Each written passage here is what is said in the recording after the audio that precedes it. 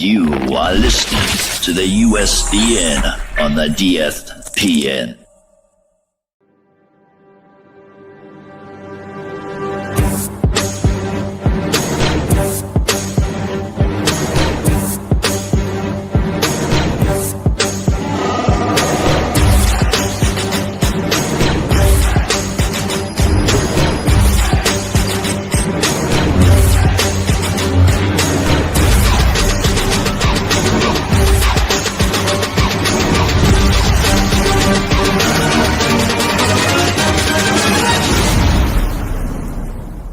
It's a trap!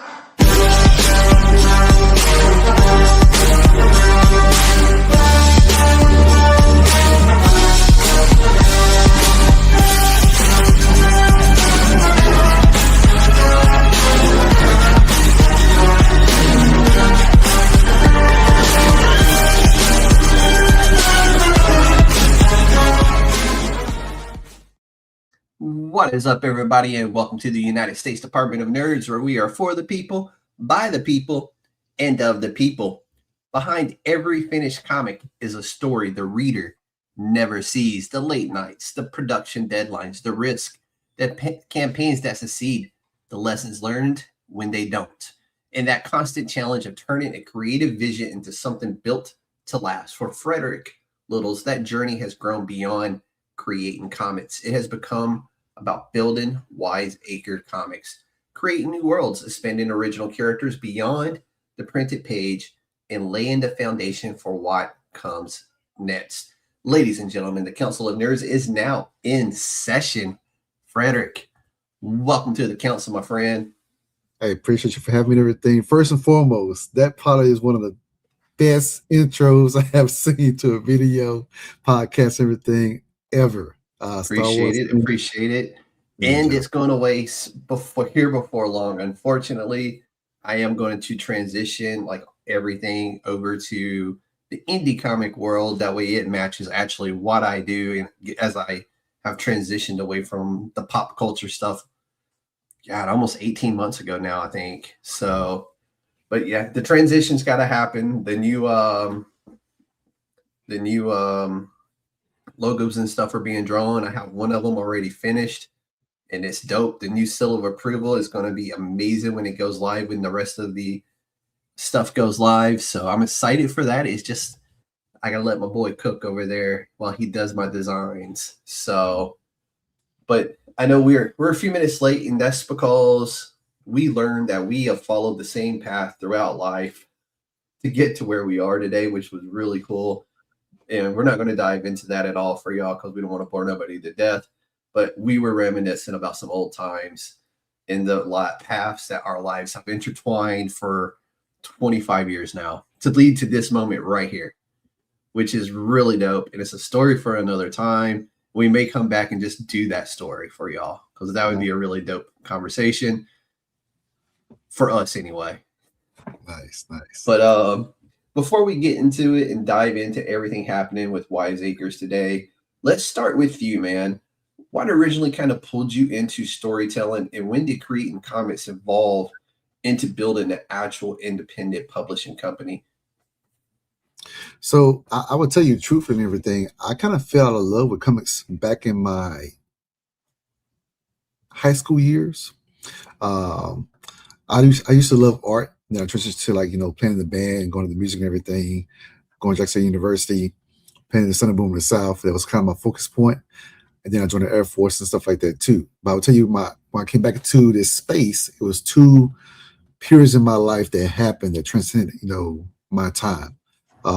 2018 were two key moments. I lost my mom in 2018 to cancer in December. Oh, damn. Sorry to hear that, dude. No problem at all. I appreciate it and everything.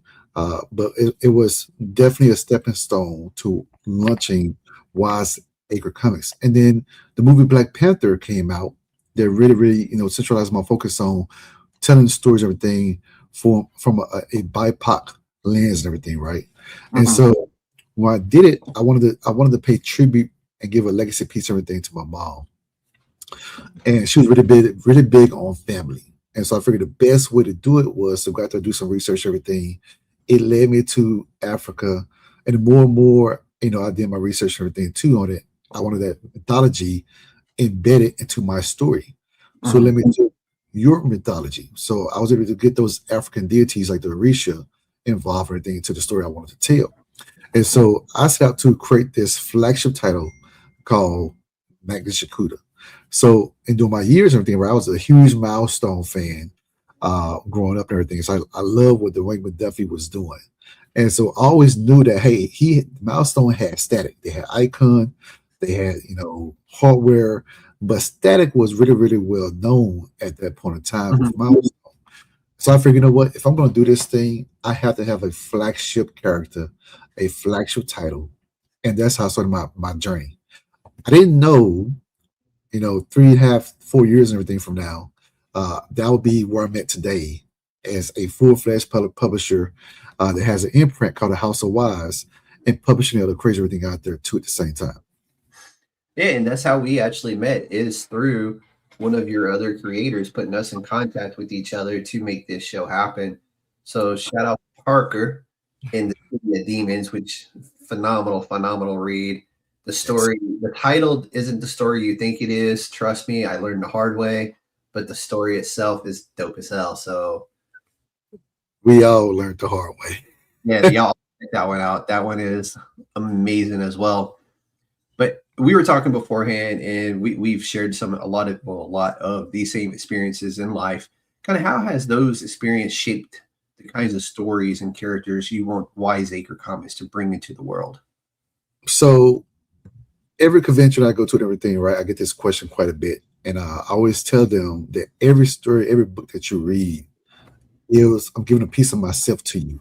So every character and everything that I have created and everything, it's a piece of my family. So for example, Magnus and everything, right? All of those characters and stuff, they're my dad, my mom, my brothers, my sister, my niece, nephews, my wife, my daughters, my son, my aunties and uncles. They're all encompassed in some kind of way. So when they read a book and everything, they're like, "Are you talking about me?" And I'll be like, "Did you pick that up?" That's an extension. So I'm at the convention and stuff, I feel more comfortable talking about these characters, everything, these stories, everything to them because they represent who I am as a person.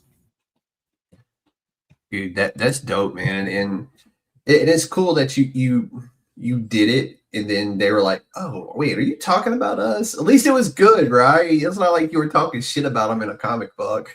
I don't know. Not at all.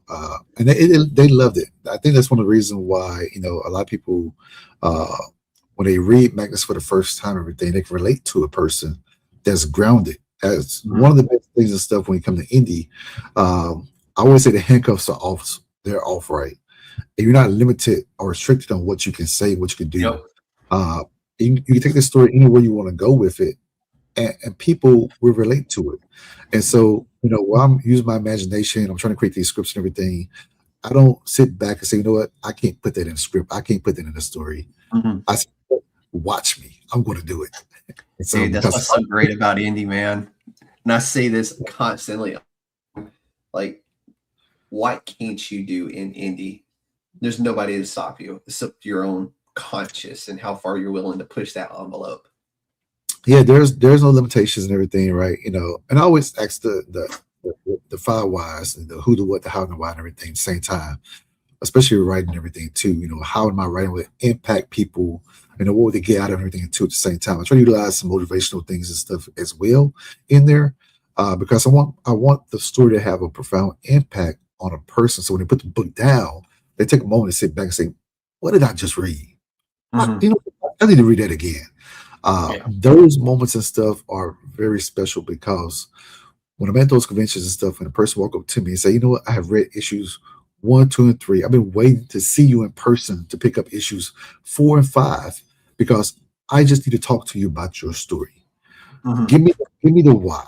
Why did you create this, right? And to be able to share that with another person, everything, to share your journey, I say, is very impactful not only to the member but also to myself." Dude, I like it, man. And I know you just got back from Houston doing a convention, so you're in that turn down mode right now, man, because you got to recover from that stuff. And Definitely. so I'm definitely glad that you joined us tonight to talk to us about Wise Acre and what y'all got coming up. But you've grown. Wise Acres has grown beyond a single character or a series into multiple properties and creative ventures. What is the larger vision behind Wise Acre Comics and everything you're building under the House of Wise? So, I put two different circles on a piece of paper and everything, right? I put image and I put milestone. In the middle was Wise Acre Comics. And I wanted to figure out a way forth on how to map this process going forward, right? To see the pros and cons, the successes and failures, everything of both companies and stuff, and find my own way along this path. And I told myself at the top of the paper was family. That was the heading. Mm-hmm. And I told myself, if I do this, I'm gonna build it on an ecosystem of family. Everyone has a seat at the table. Mm-hmm. Their ideals will be respected and everything to the same time. Their opinions, everything will matter. And their stories, they will have a voice to be able to speak and tell it to everyone that's open to receiving their stories, right? So to create an infrastructure that's built on that notion to where a person coming through that door and say, you know what, I have a story to tell, I just don't know how to tell it. Then if I have the resources to make that happen, to sit them down, put a creative team, everything around them, and then go out there and now publish that book, and then also now put that book on store shelves, I've done my part within this space. My goal is try to elevate this space, not to bring it down, but to continue to elevate it, to open up more doors going forward. Mm-hmm. Dude, I like it. And that's right along the same lines of what I try to do each time I have a new creator on, is not just bring them up, but bring everything else up with them. So, but with that, with multiple projects in development, how do you decide which stories are receiving the time, the resources, and that opportunity to hit the store shelves and to move forward? Because I'm sure you get just a plethora of like people hitting you up on probably a daily basis. Yeah, well, first I started myself, right? Because I have so many stories in the pipeline that I've written, for the last 5 years now. And I'm ciphering through, trying to figure, okay, which one goes to the top, which one gets made now, which one continues, or which one gets scrapped and everything, right? That process still goes through a creative team lens. So I have my editor-in-chiefs and everything too that kind of review my scripts and whatnot. We have the art director and everything, Louis Azanza, who comes in to look at the art style, to see if it's colors and everything, or matching the aesthetic and everything of the pages and stuff we're looking for from a story standpoint. So we do submissions at least 2 rounds of it twice a year. We get 60 to some 80 submissions every year, right? And we go every single one. And I take a lot of notes, right? If I say, hey, this story has great potential, but this person really needs an editor, I'll make a mental note and I put a remark saying, I like the submission, but it will be contingent on if they need it, if they're willing to take and accept the editor to be attached to it. Because I want to get them the tools to get this book on store shelf, because a lot of stores and everything, right? And even distributors and stuff are very selective when it comes to your first impression is your lasting impression. If I'm still fighting that notion, because you just can't put anything on a shelf, they just won't let you do that. So I tell everybody, when Wise Acre Comics logo goes on front of a book, it's because it's been vetted. The team has looked at it and everything, and the creative team itself as a whole has embraced the notion of they want a great first impression. And so you get a great product at the end of the day, because we want to make sure the customers they come back and go to the store and everything again, pick up the next issue and the issue after that as well. So it's a very tedious process.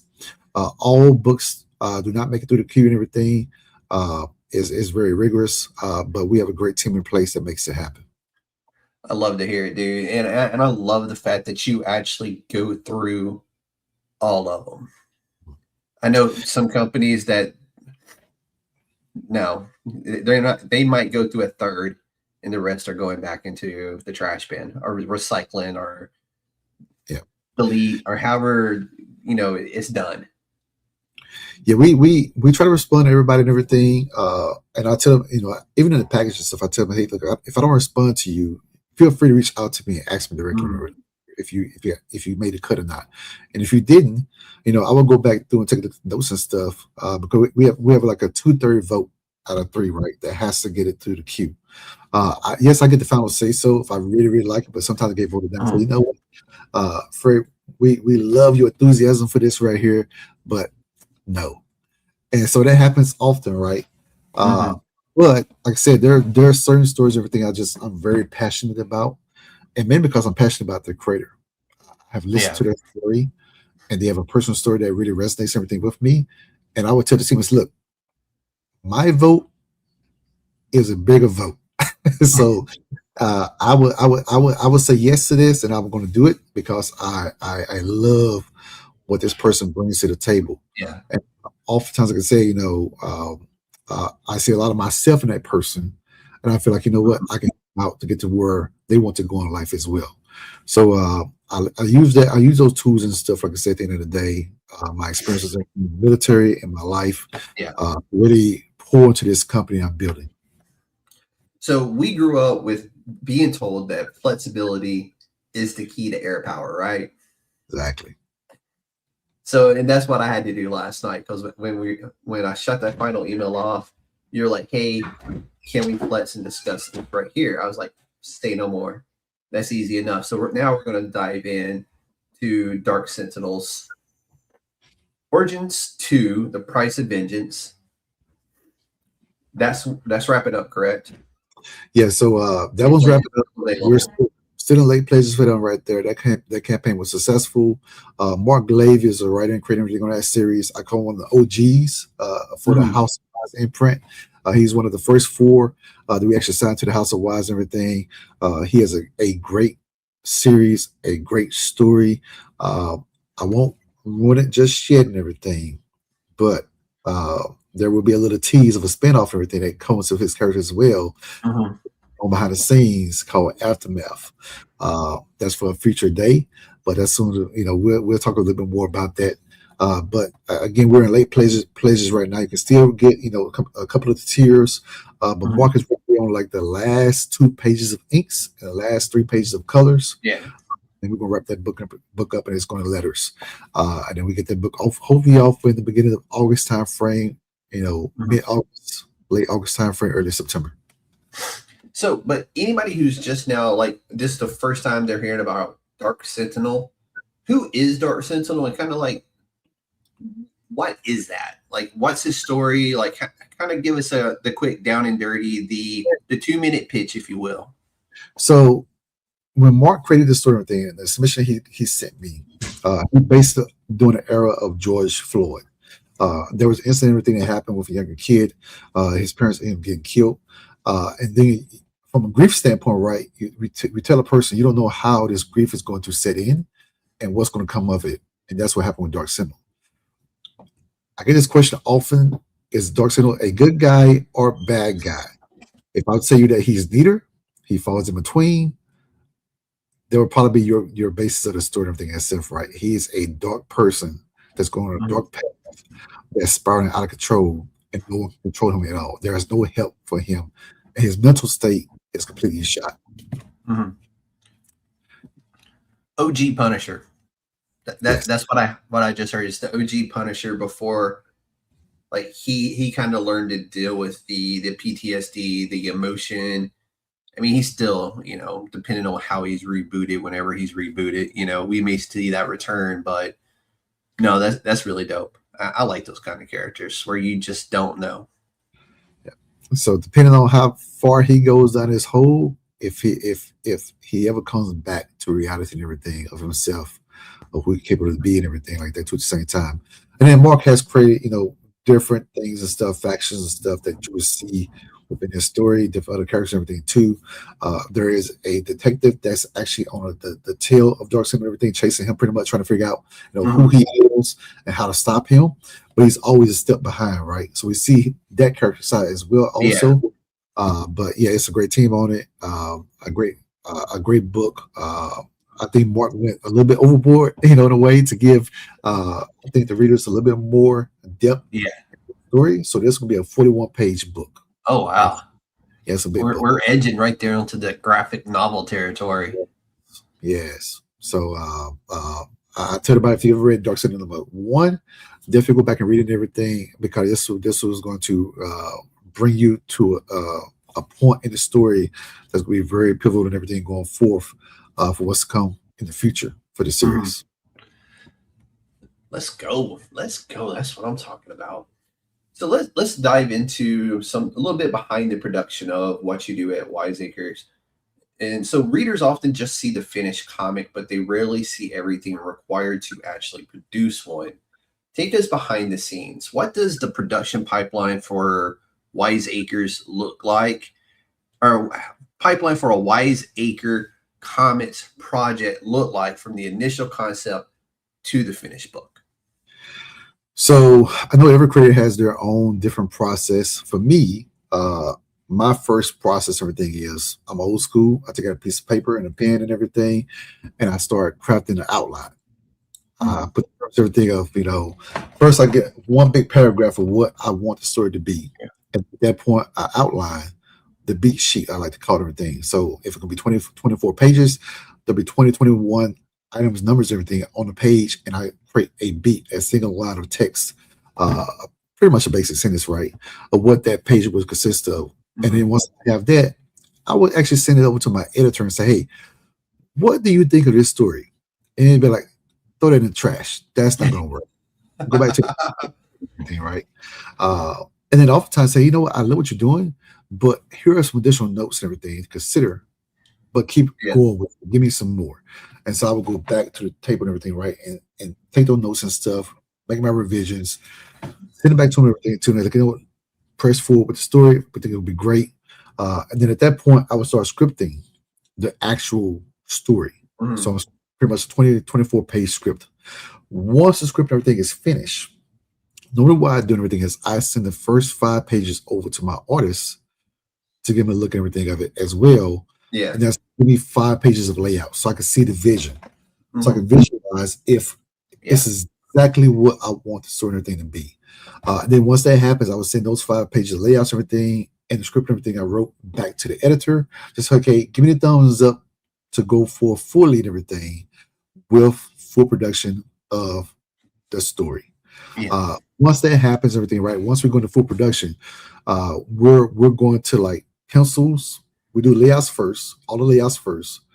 Then we're going to refine like rough pencils, and then we'll try to make sure we bump the script to those rough pencils. And then once we make those final tweaks and stuff to it, I go into final pencils and then inks.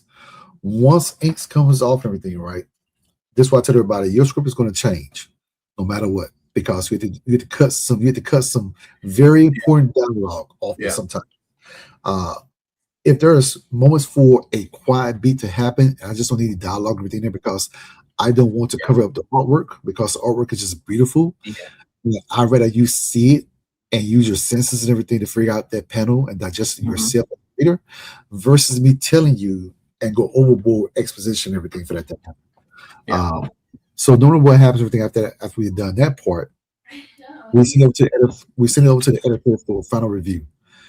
If the editor and everything is good, we go with letters, back to the editor one last time to review the final letters and everything to make sure there's no errors and stuff on it. The book and everything is packaged. It's ready to go. I mean, we got pencil, inks, colors, letters, editor review and everything. And then I do one final review. I will get a simple copy of the book in hand, in the mail, to me, and I will do a QC on it to make sure it looks the part and the customers are going to be happy. Once I QC it, I go into full print production, and then that book's ready to go into people's hands at conventions or online. That's pretty much my process. To summarize that for everybody listening out there later, it's like when you fix that plate at Thanksgiving and some of those fixins on there, sometimes you got to pull a little bit of those off so it ain't falling off the plate. Yes. That's what my man just said. So as a creative writer sometimes, right, this is why I say editor is very important. It's a second set of eyes. And 2, they bring you back down to earth sometimes because my scripts and everything can be so much in depth. They're like, Fred, we really don't need that. I know you want it, but you don't need it. Especially if it comes to dialogue, right? Let the art breathe, let the art tell the story thing to at the same time, and let the reader and everything embrace what you're just trying to get across to them, and they'll pick it up on it and everything, right? And are you a dialogue heavy guy? Early on, I am, but mainly because I want to be able to get everything out of my head onto paper. What I'm thinking, everything too, and I want to be able to give the editor a chance to get in my head space, so that way we're on the same page and we're kind of coming to an understanding of everything too at the same time. Because usually the editor is going to go with what you want to do, but they're going to reel you in just a little bit to make sure that the flow, the pace, and everything reads well, right? And so this creative team, like I said, especially this year, I took a chance, right? I just took another step, and I decided to bring the editor in a little bit earlier than I normally would. And there's 2 projects I'm working on right now, Tolo and Tambu. And with this new process, I'm seeing the fruits of my labor with going through the process, the editor being earlier in the process versus later in the process. The pages are magnificent. When they say you need a creative team to produce a comic book, yes, you need a creative team. Everybody's an important part of this process. I can't tell you enough how many times I've heard on here somebody say, get yourself an editor who will be honest with you. And what does that mean? That means they're going to tell you. They're not going to sugarcoat it. They're just going to tell you, hey, pull it back. Rein it in. That page right there is shit. We don't need that page. So I hear it quite often, and to a point where I'm like, all right, I know when I start, doing mine, first thing I'm doing is I'm finding an editor. Yep. I have Andrea right now. I just sent him a script for Rizar, which is the next zero shot everything for Tambu, opposite of her story, for one shot. And I gave him my outline. He read it and everything. He said, Fred, there was one segment and everything in there that I really, really wanted in the story, right? Because it just fit Tambu's stories, everything was also. And he came and said, I read the notes and I was like, hey, I read it. I do agree. But I really, really, he said, but Fred, you don't need that. He said, think about it, the bigger picture here. He said, this is a small problem that you're trying to solve. But if you're world building, if you're going to build a world out with a small problem, your story is going to be minute. It's going to be very centralized to where you can grow it. He said, but if you go to a bigger problem, which is what you have right here, get rid of this other piece and focus on this right here, the bigger picture, you have more story to tell. And then as soon as I sat back and I looked at it and everything, I said, okay, this is the reason why I hired an editor. Okay, let's, and the more and more I started writing it, it made a lot more sense. We went with that direction, everything versus me looking at the smaller picture because I couldn't see the bigger picture at first. And then once he painted that picture, everything for me to see, take a step back to digest and everything, to visualize it, the sky was the limit. Now I'm just writing. I'm like, easy. Okay, let's do it. So when you say that, were you trying to make like a tertiary storyline into like the primary storyline? Is that what he was saying with that, or like a subplot of a subplot? Is that where you were trying to? Yeah, in a way, there was a segment, everything in the previous issue of another character, and everything, right? That happened with this other character that's going to have their own zero issue. Gotcha. I wanted to bridge both of those stories together and everything. And during my bridge, he was like, we really don't need that because we already saw it happen in this story. So why duplicate it? Gotcha.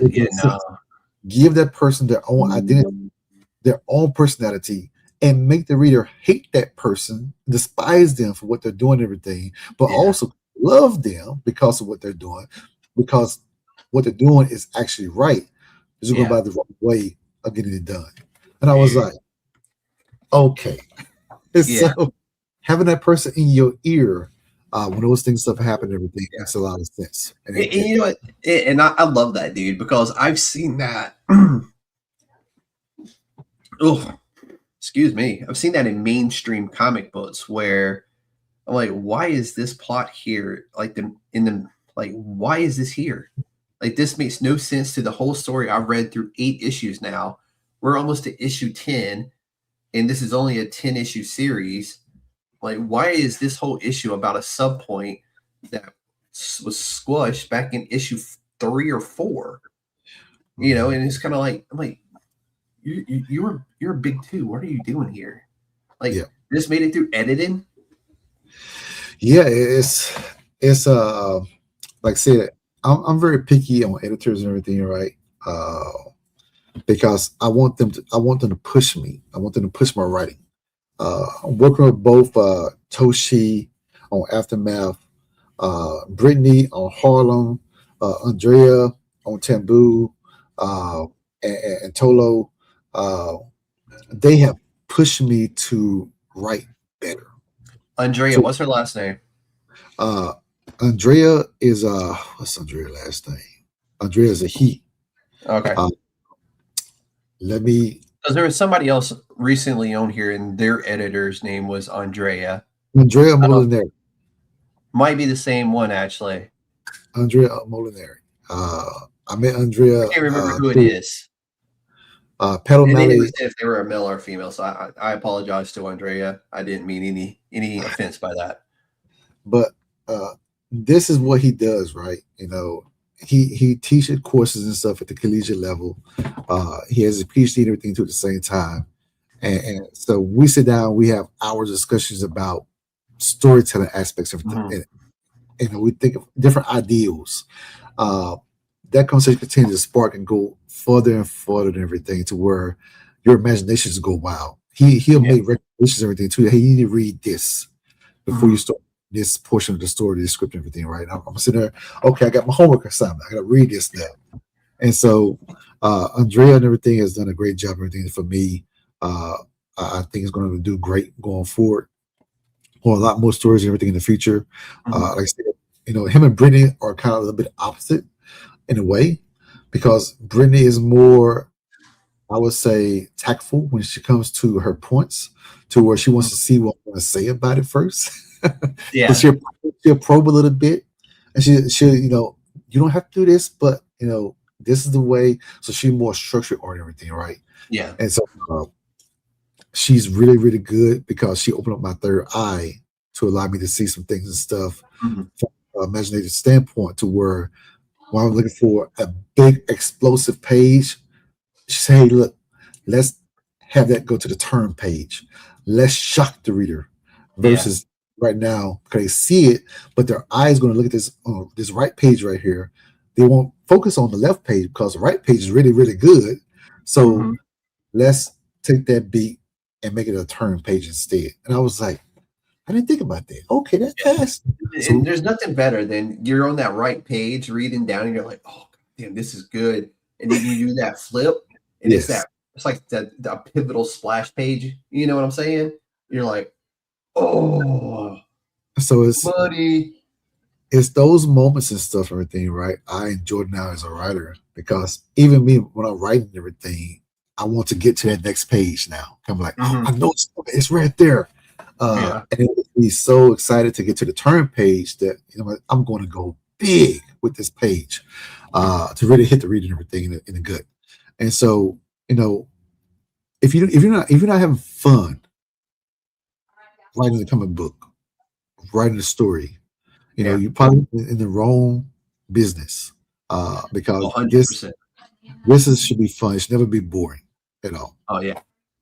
No, I agree, and I know you just walked me through how your creative process and like kind of how you do business on that, and I don't know how much time you're actually getting to write, because as Wise Acres is grown, how much of your role is still creative compared to managing teams, budgets, schedules, marketing, production? Because I mean, you're not just yet, you get to enjoy some time and write some books and create stories.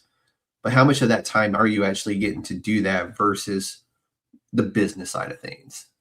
Yeah, I find myself having a hard time balancing making time to write because from my conventions and like I said, reading different submissions and stuff, doing a lot of interviews, working with the artists and creators and everything too on their projects and stuff too at the same time, reviewing their pages.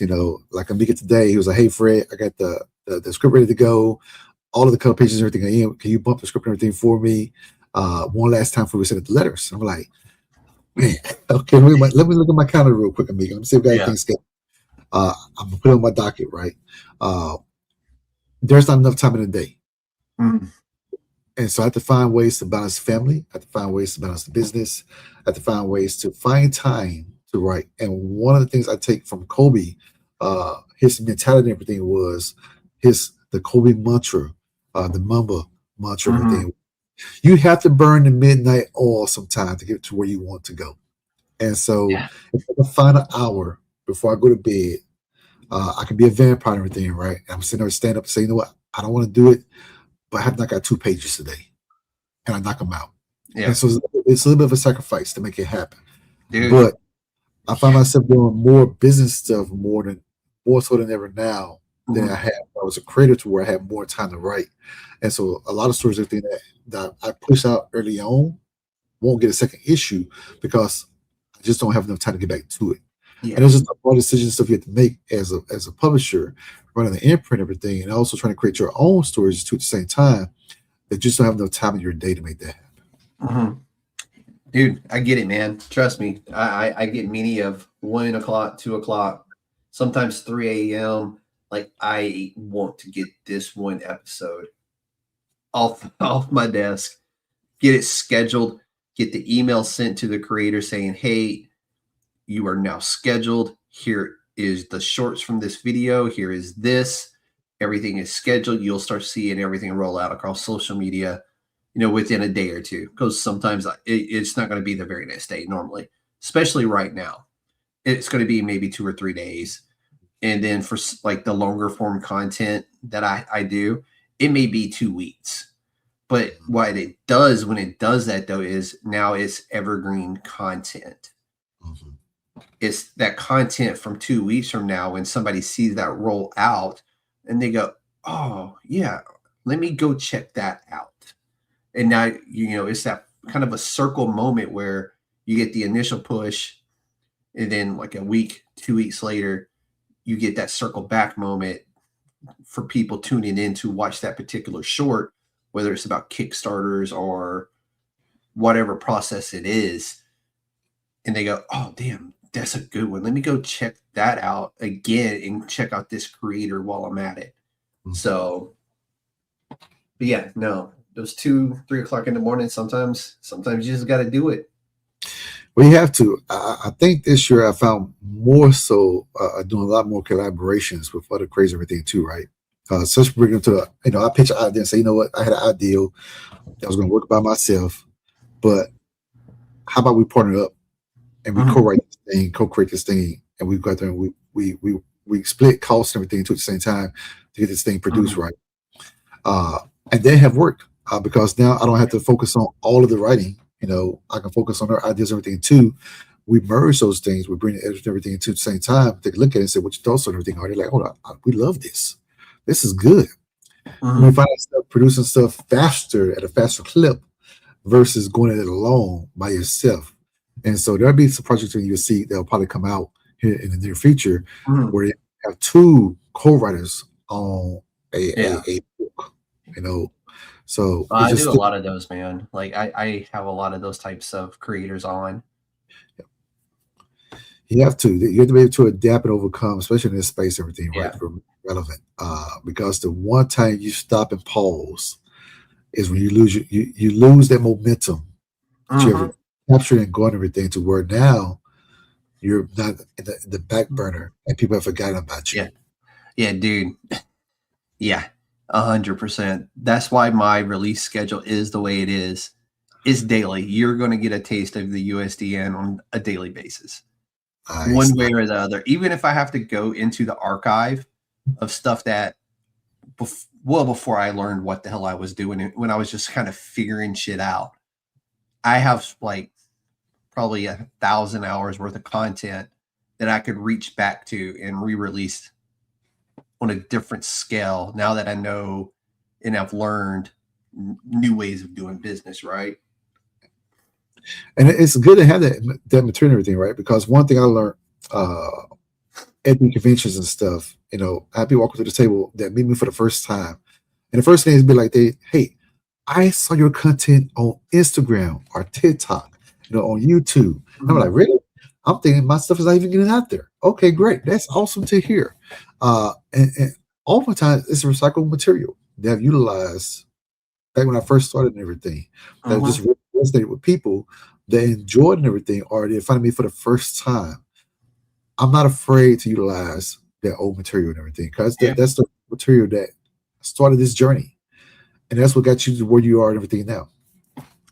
Yeah, no, I got, when I was doing New Comic Book Day, and I had tagged the artist who had done a cover for a book on the Keen Spot, actually. And I was giving them hella praise, like, hey, I really like what they're doing. Their covers are amazing. They have this really cool art thing they're doing in New York. They're doing this and that. And then, like, here we are, like, almost a year ago, I did that. And then late last week, they were like, hey, thanks for this. I'm, for some reason, just now seeing this. Thank you so much. I was like, I had to go back myself and look at the date on it. I was like, damn, that was like a year ago. I'm like, hey, cool. Yeah, no worries, man. I meant every word of it. Keep doing what you're doing. I love to see what you're doing. And so I was like, that was odd and cool all at the same time. Awesome. That's awesome to see, man. It's awesome hearing everything too. Like I said, at the end of the day, those, I like to call them motivational moments, lessons learned. To you can see how far you've come, going back and looking at the beginning stages, everything, right? With the content and even improving upon. You can say, I was here, now the benchmark and everything is here. And you continue to elevate your game as you continue to go forth and everything too. And so even as a creator, as a writer, everything at the same time, create comic books, I always try to find ways to improve. I never stay to the point where I'm like, you know what? I'm there. I have arrived. No, I'm never going to be there. Yeah, There's always a moment for me to improve my craft. And I try to get each and every time. I always say you have to learn something new every day. Doesn't matter what it is, just as long as you learn something new every day. And the creator I am today is not the same creator I was yesterday or the day prior to that. I just had Kyle and Aaron Valet on of Big Squid Productions to talk about their new horror movie, Autonomous. What I learned from their first appearance when they did ZombieCon Volume 1, almost in December of 2025 is when they were on the podcast. And then the creator I am, like when I interviewed them just 2 weeks ago or a week ago, they're like, dude, you've grown like exponentially. They're like, you took some of the small things that we taught you when we were first on, because they are like, hey, instead of doing this way, how about you try this way and this way to do this? And I was like, okay, perfect. Let me write this down, nuggets to learn. And and they literally just sent me like, hey, try this, try that, try this, try that. And I tried every single one of them, and I adapted every single one of them into the process that I still do today. It's just now I've learned and I've tweaked that, I've modified that and improved upon that. And dude, you have to learn every day. You have to. But what part of producing independent comics do you believe creators underestimate the most? I'm going to say this because this is my Achilles heel. This is my kryptonite in a way, right? Marketing. 100% marketing. We focus so much on getting the story ready to go that we fail to be the marketing machine that we need to get the story out. And that's probably one of my biggest issues. Because one, I'm very antisocial. I hate being in front of a camera. I hate talking to people. I hate being around people in big crowds, everything. it's something that I just had at a younger age, and I cannot get out of it, right? But I forced God given what we did for a living. yeah, and I forced myself to, right, to be uncomfortable in those moments and everything. But I still get the hair raised on the back of your neck and everything, to where, okay, do I belong here in this space? Yeah. And so marketing has become a crutch and everything, in a way to where, you love what you do. You love looking at it. You're like, oh, this is great. But you're afraid to put it in somebody else's hands and speak to them about it, and be your number one salesman, in a way to where we forget about how important marketing and everything is. And that's where I know, for me, I have to get better. And I probably, any other creators, everything out there probably can attest to this and everything too, that marketing is, especially for indie comics, is one of the number one things that, we try to strive to do better.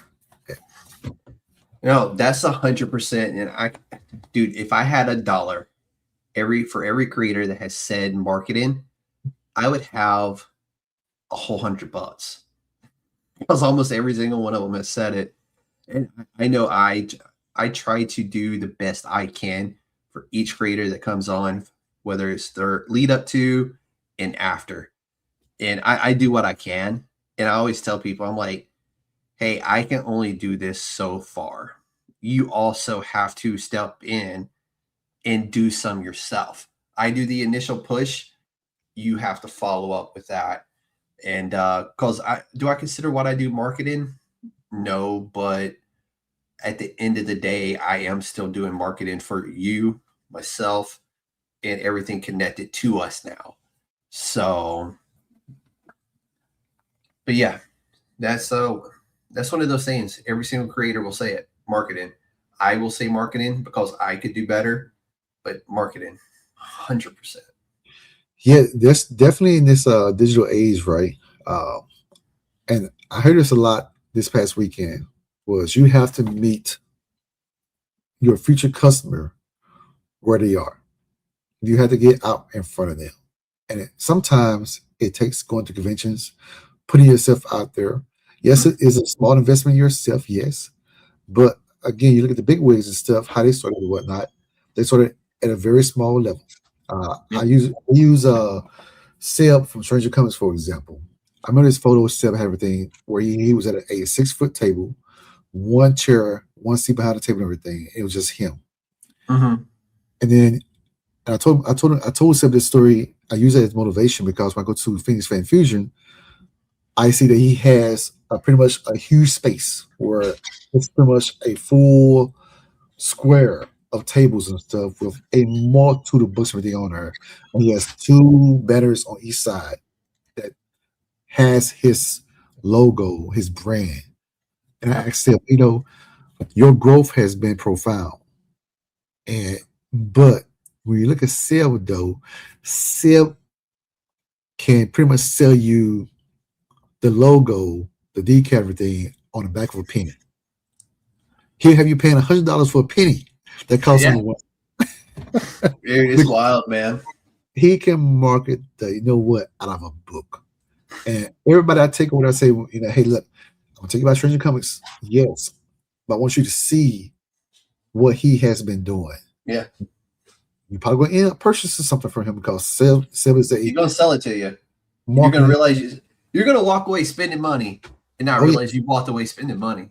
I tell myself every time, hey, I'm not buying anything from Seb Booth right not today. I can't do it. What I do, I buy all of this stuff, and I'll get his signatures, everything, because he had 24, they're at the convention, everything too. I'm like, I have to get 20's for a book. And you walk away and you're like, wait, what just happened? What? So, which I'm glad we're talking about this, because marketing goes hand in hand with what we're about to talk about, and that's crowdfunding. So crowdfunding has become probably the biggest major part of independent publishing, but launching a campaign is only part of that process. Why have you learned about crowdfunding and fulfillment that you couldn't have understood before running your first campaign? I wish I'd been educated more on crowdfunding, the platform, and it's something I had to really dig into the weeds of it myself. and learn the ins and outs and everything of it. And a lot of it came by trial by error. Just go out there and try it, see what happens, right? And take those notes, everything, come back, streamline it to where it gets better.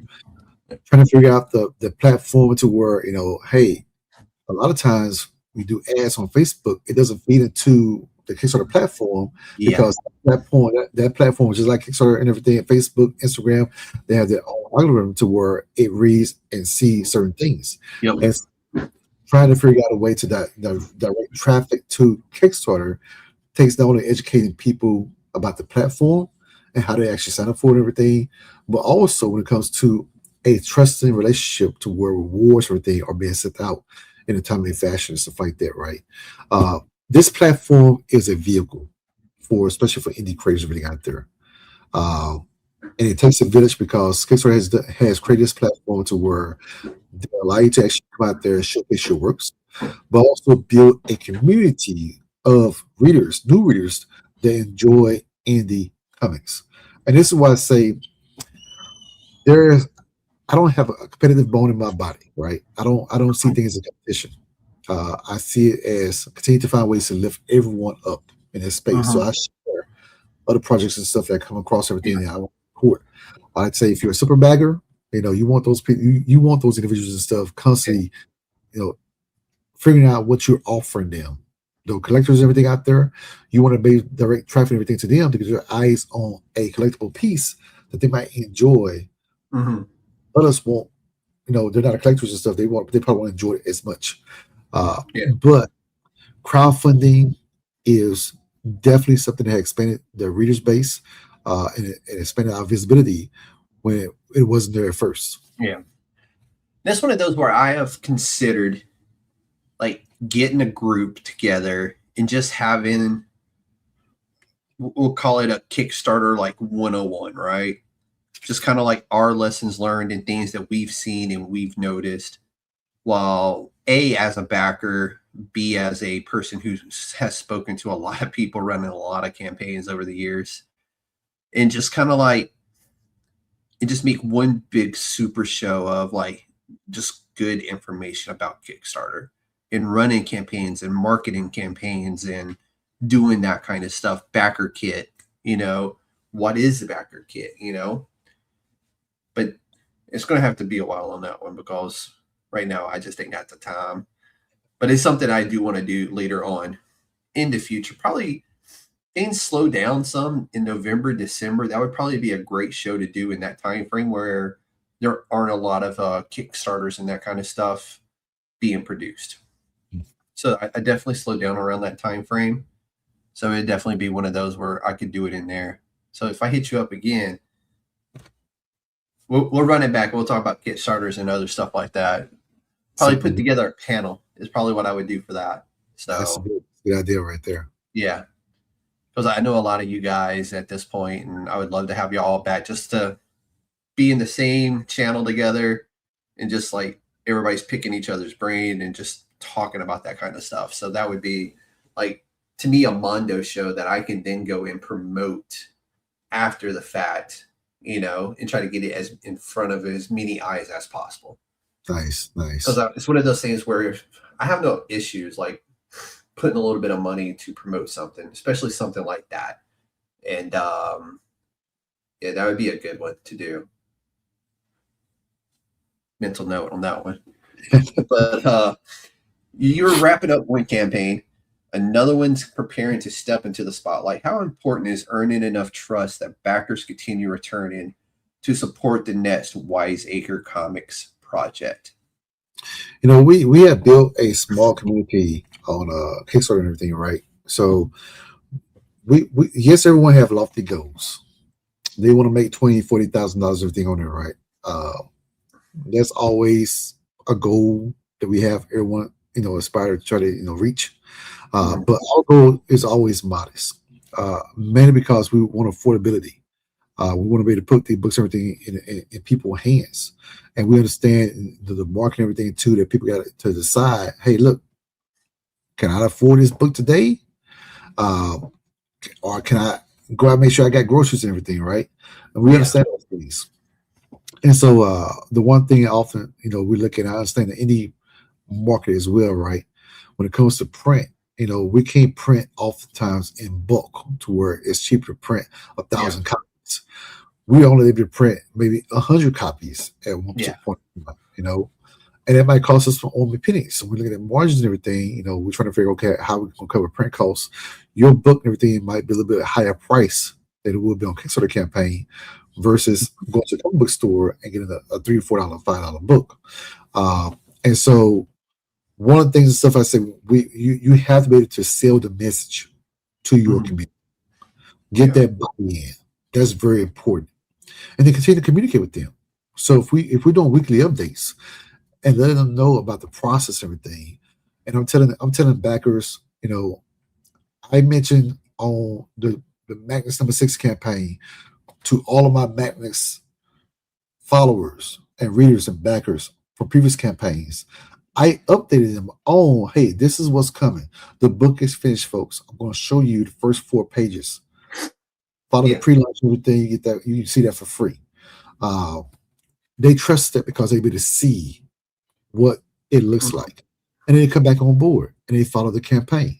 And so I know going in and everything is going to be a successful campaign or not. I'm okay to go ahead and launch that. What comes with it? Great. My goal is going to be modest. I said my goal is $500. I don't really need much because the book is already printed. It's ready to go. I just want to get this book into my backers' hands to say thank you for supporting. Now, on a flip note, it can be the other way around for the crazy and everything. They might have a book to where they need funding to either finish printing or colors or shipping. And those stuff help you out in that aspect as well. Yep. Which this is the perfect segue. And every now and then I hit this perfectly with from one question to the next segment into the next question and that's the next segment. Dark Sentinel wrapping up. Magnus is next. For members of the Council of Nerds discovering Magnus for the very first time, introduces to the character in the world that you've built around him. Yeah, so again, this is a very personal story. It has to be. You're on issue 6, dude. Very few indie comics. Well, I say very few. I know quite a few now that are issue 10, but it's always special when you hit that 4th, 5th, 6th mark. So I'm gonna take you through a little story and everything, how we got started. This was a story and everything in itself. Like I said, back in 2018, there was 2 pivotal moments in my life. I lost my mom to cancer in December of 18, and then Black Panther came out in the movie theaters and everything. And during that time frame, I'm coming back on a plane back to Arizona from Mississippi. I had a napkin sitting on my little tray there. And I'm looking out the window trying to figure out, get my thoughts. I just couldn't get my thoughts at all. And I just drew a circle on that napkin.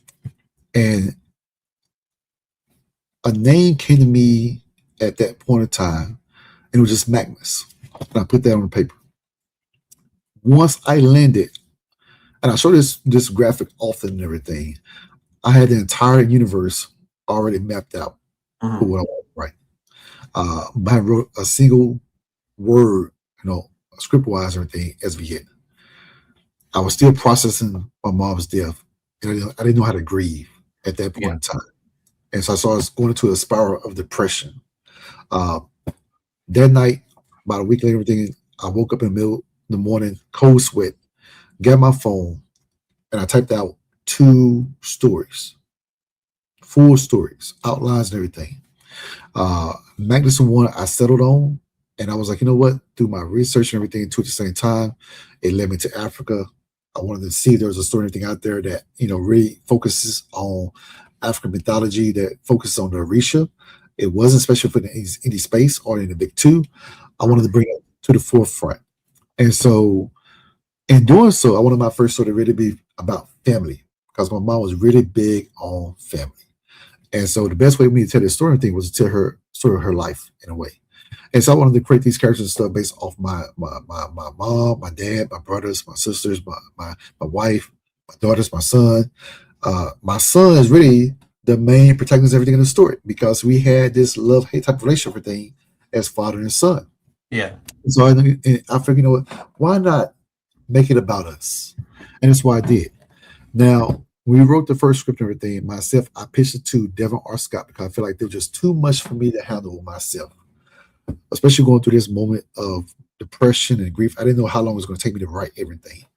So I created the outline. We mapped out 12 to 16 issues at first. I pitched it to Devin because Devin really loved Thor. I love X-Men. I love Black Panther. And I love the Green Lantern and everything. I wanted that cosmic aesthetic and everything to the story as well. And I feel like Devin was a great match for me. Yeah. He gave me a set of eyes. So when I gave him the outline, he was like, hey, Fred, man, you got something special here. Let's do it. So I created all of the actual character concepts, got my concept artist who's based in Africa. And I said, hey, look, I want authentic African characters that look the part. We're going to build it around this right here. And then once I found my artist, Bruno Abdias, he was a huge X-Men fan. And I said, hey, Bruno, we have to have a first and lasting impression. Give me your best artwork. And that's what he did. He delivered a masterpiece for issues 1 through 4. So I would tell people, if you love, again, static, Black Panther, X-Men, Invincible, this is a high octane series, but this is not your standard superhero based series. This is a story driven series that really focuses on a family coming together and everything, because Magnus doesn't know, he hasn't met his father yet. He doesn't know he even have a sister. He's encountered by this alien species and everything from a different planet, from planet Nuya, that comes to Earth, given a task by the goddess Olokun, that he must deliver a message to Magnus, that he must find his father at all costs, because his other uncle, Lord Anik, who is hell-bent on coming to Earth himself to find him, to kill him, and destroy the entire bloodline. That ends with pretty much everything, right? Dude, that shit is wild. I love every second of that. We laced you 2 parallel stories of a young man, but we also laced the Risha because they have their own story thing as part of their own story arc at the same time too.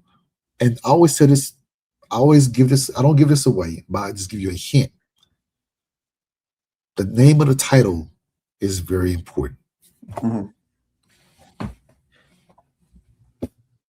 Dude, I gotta get my hands on it first of all. But how has it evolved? How has Magnus evolved from the original vision to where we are now in issue 6? I got a chance to read this one right here. This one just came in, right? I got a chance to read this. You showed me that 3 times, and every time you show it to me, I'm like, you ain't doing me a lot of favors, man. You got to get it in my hands too. I got it a full circle moment, because when I started this journey, it came from a seed of grief. It came from a seed of, a mother's love for her son, her family, everything too at the same time. It was one of the toughest moments of my life. I tell people this often. I try to get choked up and everything, right? When I tell people this. Yeah. But I had the hardest task of a son, a child, to watch my mom pass away.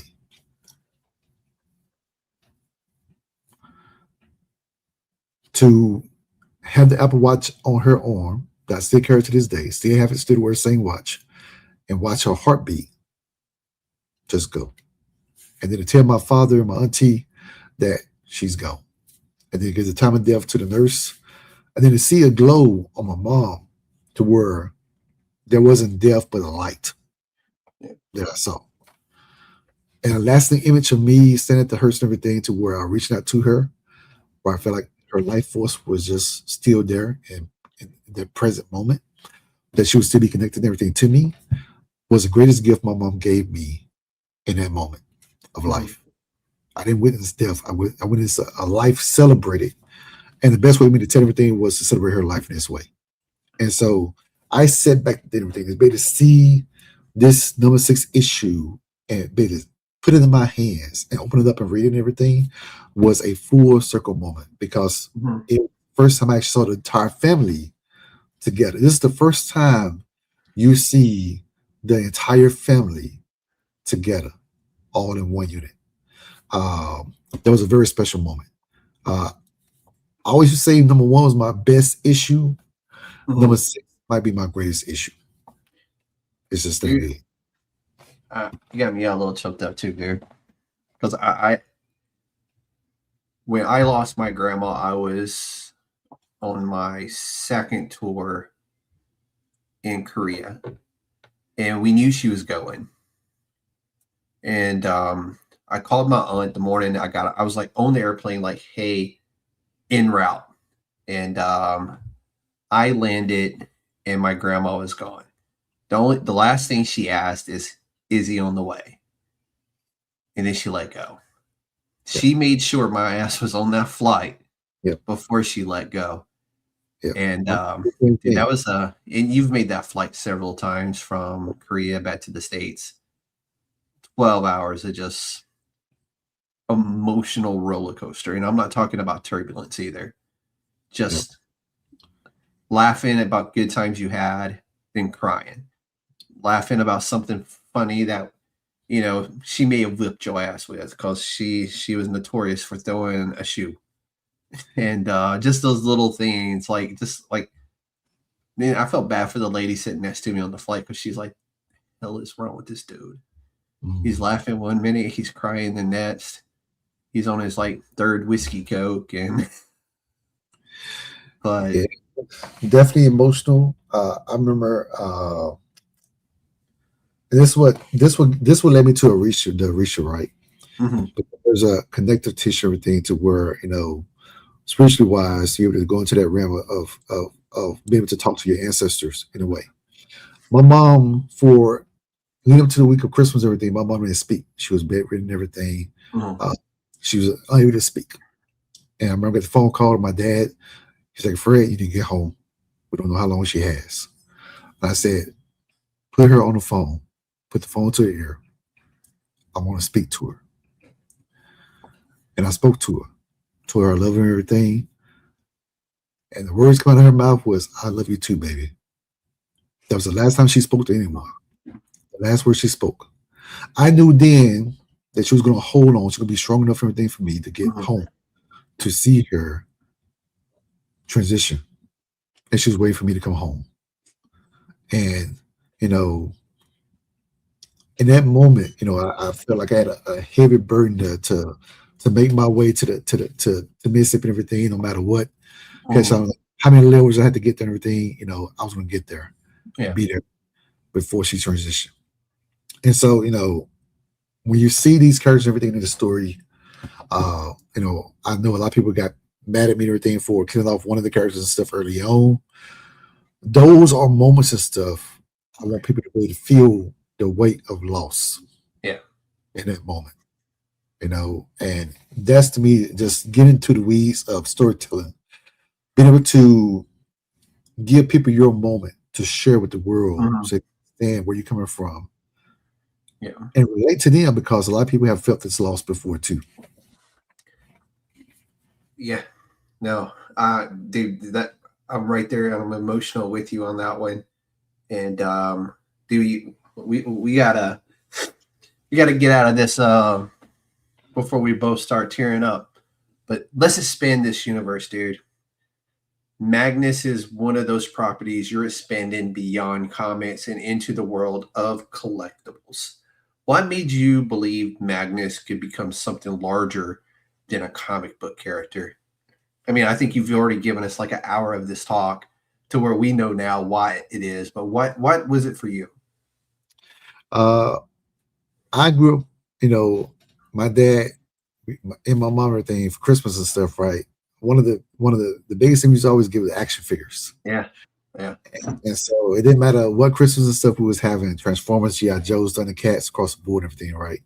We were going to get an action figure.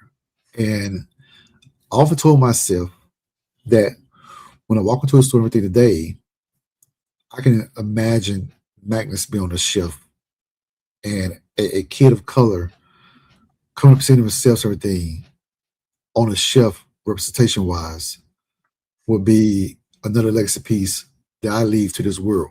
Mhm. And my part that he can sit next to Superman or the likes of a Batman, or in those moments and stuff, sit next to Black Panther and stand with these legends within comic book lore, Mhm. Spider-Man across the board.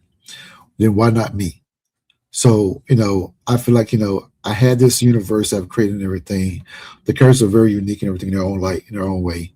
Uh, Me being a fan of action figures and collectibles and everything too at the same time, I can only imagine and envision how far I could go with this and cementing this legacy piece, everything by offering a action figure or a toy, to young kids, and even young adults and even older adults, everything too. I reached out to and said, "This is Just saying, awesome." like, hey, dude, I'm like, tell me how to get one too, because I So grew up. We're the same age. I mean, we established that earlier, but no, and there was nothing better than going with your mom on a Friday afternoon or Saturday morning to Kmart and getting like whatever fresh discounted action figure it was, whether it was a Transformers, Ninja Turtle, Spawn, GI Joe. The moment they were trying to get rid of the old stuff that had been sitting on the shelf for a while, and you can get those bad boys for like $3. yeah, exactly. Because I wasn't getting it full price. It better be on sale. Those are the moments, everything, right? There's always, I always say, there's always a kid inside of you, but generation today and everything are missing that. Those moments and stuff that we really enjoyed during that time frame. And I feel like I can be a piece of the equation to where we can go back to where kids have a childhood to where they enjoy sitting down with their friends and everything, sharing those action figures and stuff, just having a moment, a space to be comfortable and everything in, and building that long lasting friendship. I remember, these are the moments of stuff when I was coming up and everything too. He probably gonna laugh if he see this video. I used to come Little Frank, right? He was one of my neighbors and stuff. He'd come over, and that's what we would do. Well, it was comics, sports cards, action figures, video games, everything, right? That's what we did. And then we bike through the neighborhoods and everything. Yeah. There was a time and stuff that were neighbors and stuff were neighbors. We can go over everything without any issues whatsoever. Yeah. Just bust into the house, just no knocking, no nothing, just no knocking, no nothing, right? Yeah, just walk right in the front door, be like, you played until the light came on. You have to be back home and everything. If you're not, you're gonna be at the other house. You'll be like, hey, mom and dad, I'm gonna spend the night over here. Mom and sister. All those things and stuff, right? Those are the moments and everything to where I feel like we have lost in this space. We can get back to with this new generation. We're there's a gap. There's my dad generation, right? That pass it on to us. We have to be willing to pass it on to the next generation to carry it on. And that's where the fight continues, everything to where these books and stuff have to get into their hands. And so I wanted to have that hard and long fight to make that happen and everything, but that's part of the equation. Oh, 100%, dude. 100%. So what was that like moving from, or what has moving into action figure production taught you about manufacturing and expanding your IPs beyond comics? Be ready to believe in your IP. If you believe in it, that mindset that you're going to need going into it and everything, right, will pretty much push you toward the lengths that you need to go. Because when you start looking at the financial piece, everything of it, that can become a distraction to where you don't do it, right? You have to have the bigger goal in mind, the long road in mind when doing these things. And so when you only think about the money aspect of it, then if you let that lead, you've already lost. So you have to believe in what you're creating. You have to believe in your brain, to believe in your IP, to believe in your characters and everything. The foremost, that has to be the foremost important part of your mind to where you always fall back on that, no matter what. Because like I said, at the end of the day, when you start seeing those figures and everything come out, you start getting those quotes and everything come in, yes, people are going to want to work with you because they love what you're doing. But you're in the business of making money too, right? Yep. And so those costs and everything, like a molding fee to produce a mold, are not cheap. Yep. And a lot of times and stuff, everything, that's what set people and everything back. But always back to this notion of your first impression is your lasting impression. Do it right. Save the money if you don't have it right now. Crowdfund if you need to and everything, right? But do it first time. And Dude, it'll I've go seen some of the craziest things crowdfunded for and get funded. Yeah. So what's adding an action figure mold to a Zoop or a Kickstarter or what other platform is out there? I mean, like I said, I've seen crazier shit get crowdfunded on Kickstarter. So yep. And so, going in everything, I say, no, this is one is we're going in phases. We're going to create the IP, we'll create the books, and everything. First and foremost, we'll create the merch. And then the action figure will be next. Let's continue to pitch it. Let's continue to grow and everything. Let's continue to work with several different manufacturers and whatnot to where we get this right.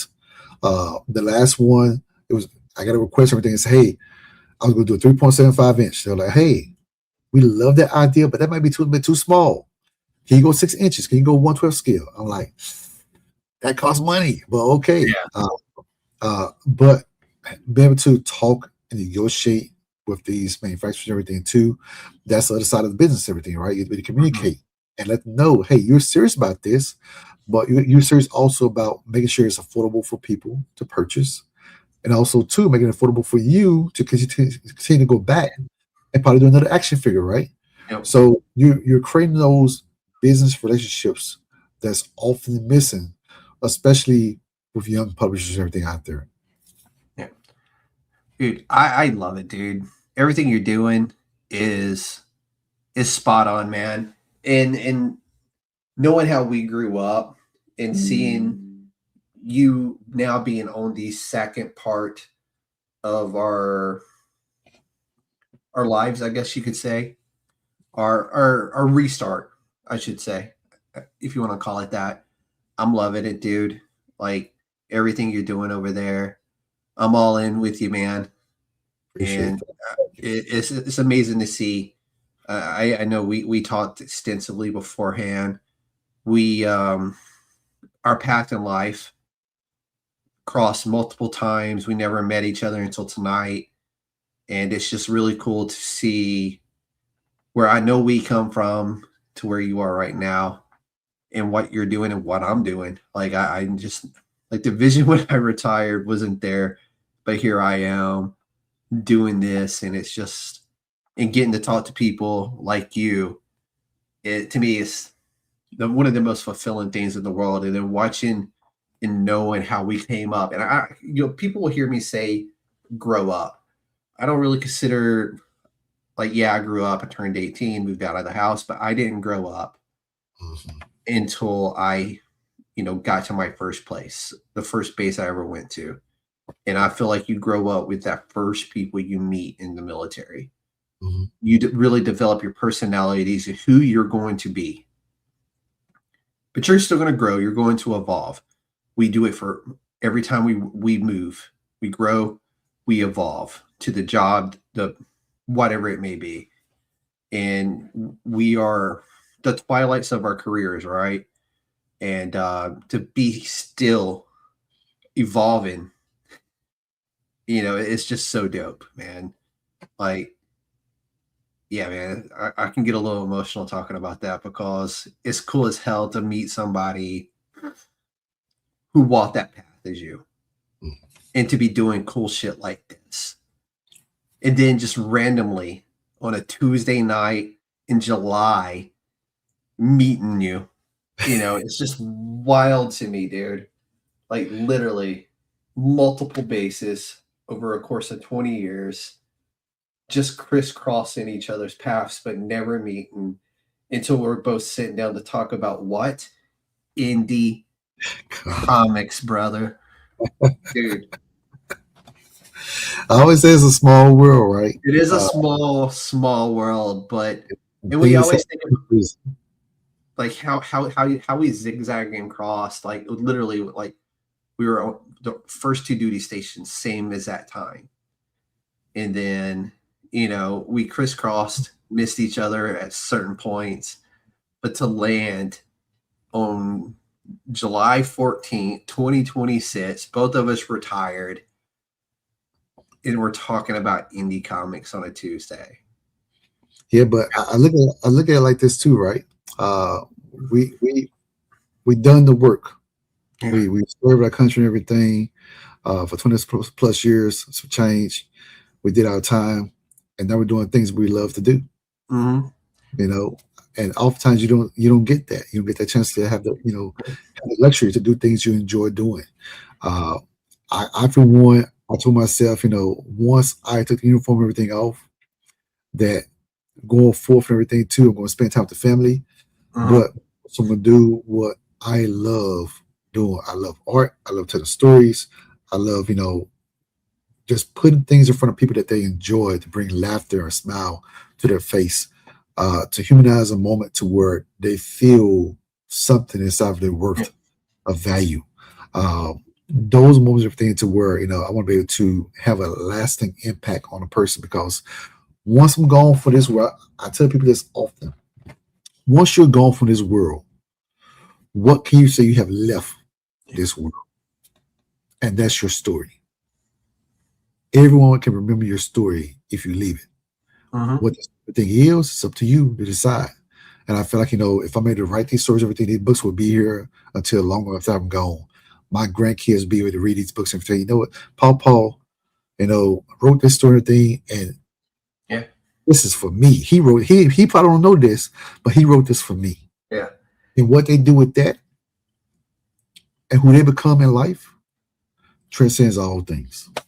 Dude, and it's cool because we're literally on the same level with that, because I do this to tell the stories of the creators and what they bring in and doing into the community that we love. And it's cool. And it's all inspiring to the humble beginnings of where we grew up and where we come from, to now be sitting here and just having the ability just to do what we wanted to do from the beginning. Probably was, not necessarily like what I do here. This evolved, but it's still the funnest job I ever had. Like getting to tell the stories of the creators who are telling the stories. Such an amazing ride, dude. But I know we're getting short. We got to start bringing this home, and that's what we're about to start doing. So there's a point when creating comics and running a comic book company become two separate jobs. What has been the biggest challenge you faced in trying to grow Wise Acre Comics while continuing to produce that quality content you want to produce? The biggest thing that I face today and everything is giving all creators equal time.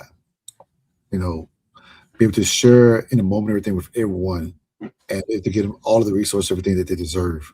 And because we have an expanding roster of creators when they come aboard for the House of Wise and print, and we continue to expand, continue to grow and everything too. We've got even more announcements coming up in the future.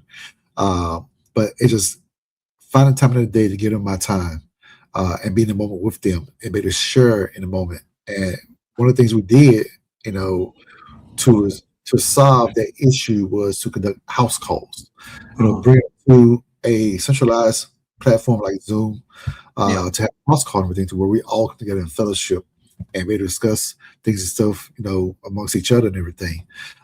Again, go back to that kitchen table moment where you with family, that my mom often did everything too with my friends and stuff. I feel like, this is an opportunity for me to do so here with the House of Wise family.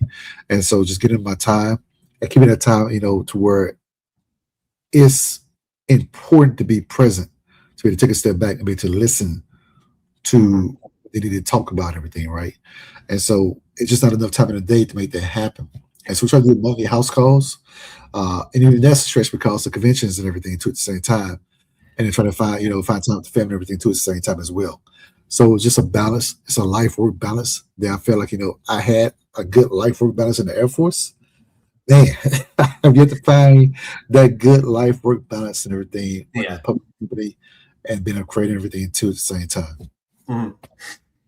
Dude, we're going to bring it home, man. When you look at everything you're building, the comics, the campaigns, the characters, the expansion beyond the printed page, what do you ultimately want Wise Acre Comics to become?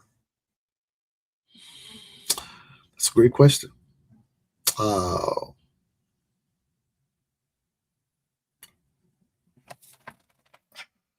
I want this to be a community from all walks of life, for people coming together and everything, to where they enjoy the art form, creativity, and just being with joy and being amongst each other and being able to have a discussion about what they've read, what they've seen, and to walk away with something that resonated with them. That's what I want Wise Acre Comics to be. All right. Last thing before I let you go, tell everybody where they can find Wise Acre Comics. Go ahead. So you can find us across all social media. The handle is always the same, at Wise Acre Comics. And then they're all linked down below too. And then our new website is out of beta, but you can go find all the physical copies and digital copies, everything of our main books and stuff at wiseacrecomics.com. And then for the House of Wise imprint, for you to get your hands on copies like City of Demons, Neon Ghosts, Diary of Stray Dogs, Dark Sentinel, and many, many more books, you can go to wiseacre.us. All of it linked down in the description below this video. I promise you it's there, and if you see it's not there, you're a liar. Because it's all there, I put it there. Frederick, dude, small world, brother. Small world. But thank you for joining us. I want to give you one last parting shots. Anything you want to say before I close this out? Definitely go follow the Kickstarter and everything as soon as possible, because it's going to be a short Kickstarter and everything, pretty much for Magnus Jakuta number 6. And yes, the chairman, once I get his mailing address and everything, he's going to get all 6 issues of Magnus. That's my dude. I love it, bro. That's what we do. And I hopefully to extend an invite and everything, because I love the show, to the rest of the house members and everything too at the same time. Hopefully we'll probably have an entire house call and everything here live with the chairman. Say when, bro. Say when. We'll make it happen. It'd be good to catch up with Parker. I like Parker a lot. His book, City of Demons, absolutely amazing. And if y'all go find that episode on the podcast, on the YouTube page, it's there. The links to his books are in that description as well. And I know he's right down the road from me. But Frederick, again, dude, thank you so much for joining us, giving the Council of Nerds a look behind Dark Sentinel, the production process of Wise Acre Comics, and the larger vision behind everything that you're building. Independent comics don't happen simply because someone has a great idea. They happen because creators are willing to build the teams, manage the production, overcome the setbacks, earn the trust of their audience, and continue pushing their stories forward. And Wise Acre Comics is working to prove just how far those stories can go beyond the comic book page. To everyone watching and listening, make sure you support independent creators. Check out his latest Kickstarter, which I will update the link below to the new one. And follow Wise Acre Comics to see everything coming from the House of Wise. Frederick, again, dude, small world. I love it. You had me emotional. Thank you for joining the council, my friend. And with that, the ladies and gentlemen, the Council of Nerds is now adjourned. This has been the USDN Podcast, where indie comics come to life. Y'all stay safe out there.